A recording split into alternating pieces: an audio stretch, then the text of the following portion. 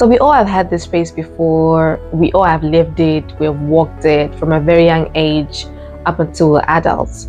That we're supposed to go to school, we're supposed to get our degrees, we're supposed to go to work, find a job, and get that fulfillment. And there is nothing wrong with that.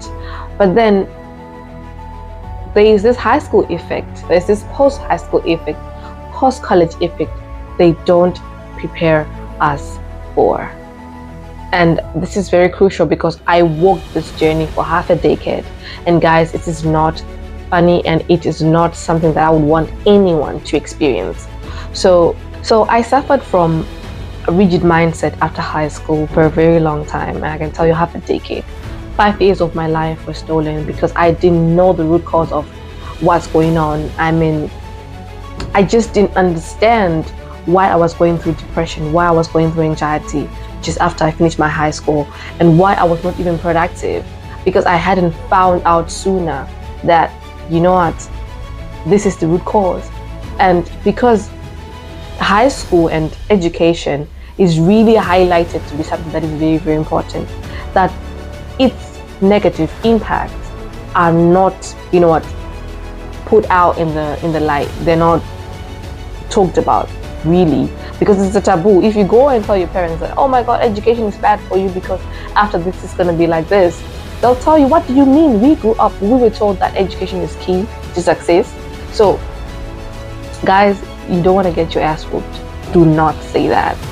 So as I was transitioning from high school to the real world, I realized that the first effect that high school had on me that really affected my productivity, was how rigid my mind became after high school. I was waiting for someone to tell me what to do. I was waiting for my parents to give me a plan. I was waiting for anyone to tell me what to do so that you know what, I can get that. I can achieve things.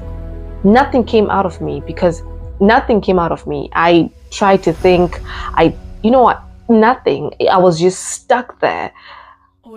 Little did I know that I was supposed to start self-prompting myself. I was supposed to start self-motivating. I was supposed to start creating cultures that can make me go towards that goal that I wanted. And the funny thing, and if you're not careful, is that you will start to blame people, for your success. You start to blame people for what you're not achieving, because like it or not, time does not wait for you. You realize that, oh my god, a year has passed, 2 years have gone, 3 years, nearly half a decade to a decade, and you're there blaming people that you're supposed to be responsible for my success. You're supposed to, because you're still holding on to that mindset that you used to have in high school, that you're supposed to be told what to do for you to achieve that certain thing. And I suffered from that. I'm going to show you a picture that I had when I just finished high school. Guys, I suffered mentally, depression, anxiety, and I did not know that my brain was sending signals that we had to change. I didn't listen to it. I thought I'm just going through a phase. And yes, I was going through a phase, but little did I know that my brain was communicating that we're not doing what we used to do. There's need for change. And I was looking for other ways, but then my body, my mind was speaking to me almost every day. So I'm going to be telling you how you can deal with this rigid mindset and how you can deal with it, and how you can get past this stage, because it is not a very nice stage. And so the number one way that you can deal with a rigid mindset for you to achieve, to be successful, and to counter this effect, is to accept that you're no longer under commands. You're no longer under a schedule program. You're no longer a student anymore. You are now a student of yourself. You are now your own teacher now. So to accept, just like you accept when you're grieving someone that you lost, when you're grieving a job, when you're grieving a lot of things in your life, you're supposed to accept so that you move on and start afresh. And the second part that I'm going to tell you is to actually stop making excuses. Because if you're like me, what I did is every time that I realized my brain was telling me that we're supposed to change, there's need for change, what I did was I would brush it off. I'd be like, okay, don't worry, I'll find something to do. Um, you know what? By end of month, I'll do what I'm supposed to do. Probably by the end of the year, and I kept on giving myself time and time and time, and little did I know that time was not waiting for me. I had wasted a lot of years, nearly half a decade, trying to sort those things out. Third thing that I did to counter a rigid mindset for me to achieve, to get the outer fulfillment was getting out of the comfort zone. And I know it's easier said than done, but guys, it's possible. So what I did is I usually I was very comfortable with watching movies. I loved to watch a lot of series. I could finish the whole series and would not sleep because I was trying to find something to fill that hole that I had in me, to fill that question mark that I had in me. So what I did is I was just seeing everyone living their lives. I was seeing my mom selling her stuff. I was seeing my sister doing her stuff.